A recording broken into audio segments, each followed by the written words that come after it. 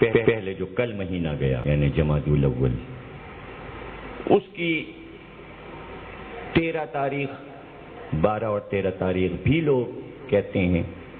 کہ شہادت کی تاریخ، اور کھارادر میں ایرانیان میں اس تاریخ پہ خراسان میں مجلس ہو جاتی، لیکن اور تمام امام باڑوں میں اسی تاریخ پہ ہوتی، آج سے شروع ہوئی۔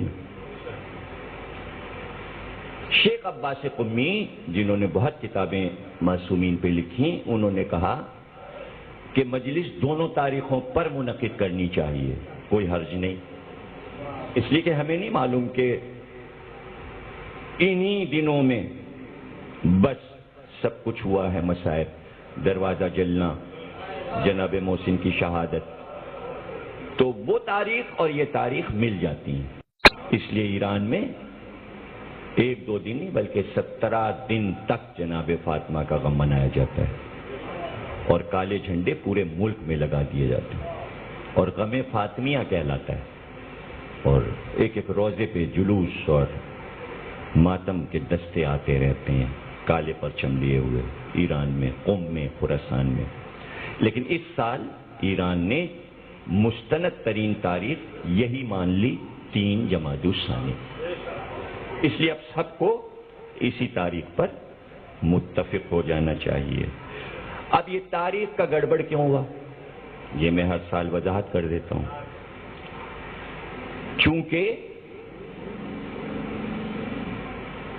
روایت یہ ہے کہ جناب سیدہ بعد وفات رسول 95 دن زندہ رہیں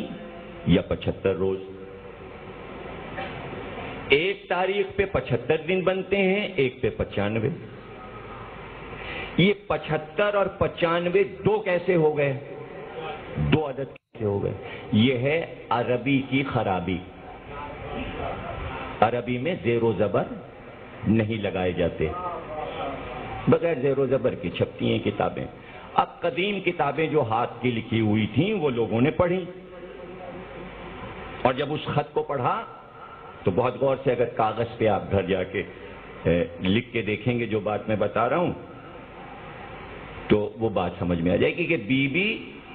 کتنے دن زندہ رہیں، اب عربی میں لکھنا ہے، تو انہوں نے لکھا 75۔ اگر 75 لکھا تو 95 دن ہوئے۔ اب یہی 70 جو ہے، اسی کو یہ بھی پڑھا جا سکتا ہے 95، 75 روز۔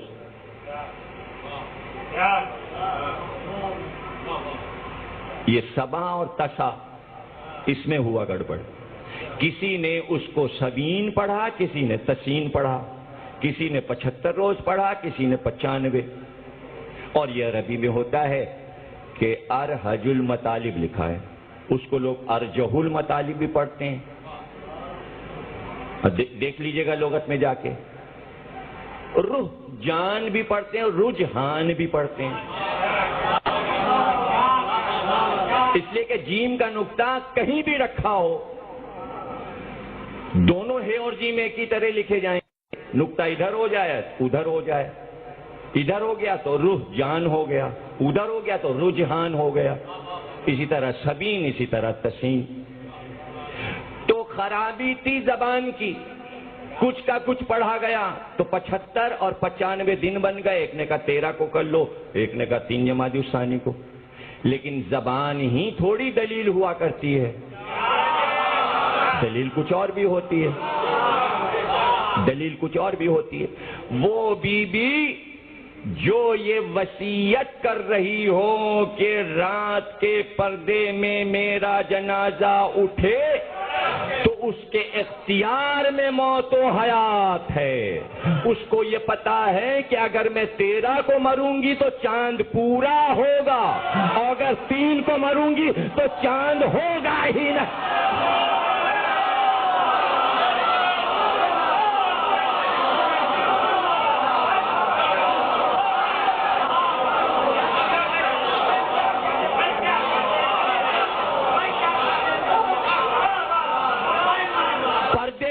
بی بی ہے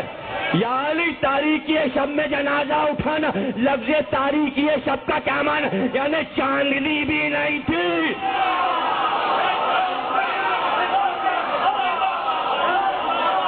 اور بھائی تم تو معرفت والے لوگ ہو، اگر ایک ایسا جملہ دے دیں تو سینے پہ نقش کر لو، جہاں حسین بھائی جیسے معرفت والے بیٹھے ہوں اور میں یہ جملہ دے دوں تو یہ کتنا بڑا جواہرات سے لکھنے والا جملہ ہے کہ حسین کی شہادت پر، چلو شہادت پر آفتاب میں گہن لگا تھا، اس لیے کہ عصر کے وقت حسین شہید ہوئے تھے تو آفتاب میں گہن لگ گیا اور اس نے غم کیا۔ بعد شہادت چاند میں گہن کیوں لگا؟ آفتاب میں گہن اس لیے لگا کہ حسین کی شہادت کا غم تھا، مہتاب میں گہن اس لیے لگا کہ زینب بے پردہ تھی۔ چاند نے اپنا منہ چھپا لیا، 11 کا چاند تھا، روشنی تھی، اندھیرا ہو جائے تاکہ زہرا کی بیٹیاں کھلے سر نہ نظر آئیں۔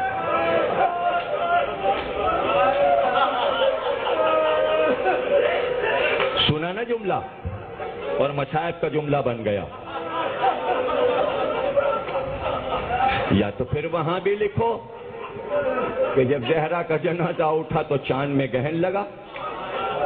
لیکن ایسا تو نہیں ہوا۔ تیسری کا چاند تو سر شام چھپ جاتا ہے، اور بی بی کا جنازہ شب 4 میں اٹھا، 3 کا دن گزر گیا۔